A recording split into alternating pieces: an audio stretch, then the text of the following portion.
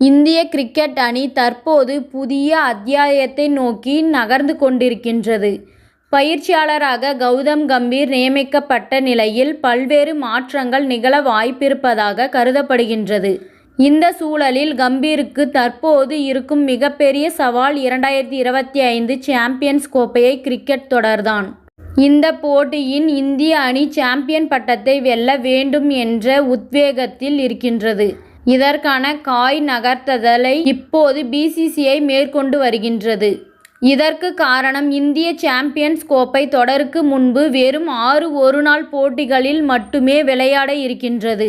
இலங்கைக்கு எதிராக ஜூலை மாதத்திலும் இங்கிலாந்துக்கு எதிராக ஜனவரி பிப்ரவரி மாதத்திலும் இந்திய ஒருநாள் போட்டிகளில் விளையாட உள்ளது. இதனை மனதில் வைத்துக்கொண்டு இந்திய அணியில் இப்போதிலிருந்தே அணியை தயார் செய்ய வேண்டிய நிலையில் இருக்கின்றது. இந்த சூழலில்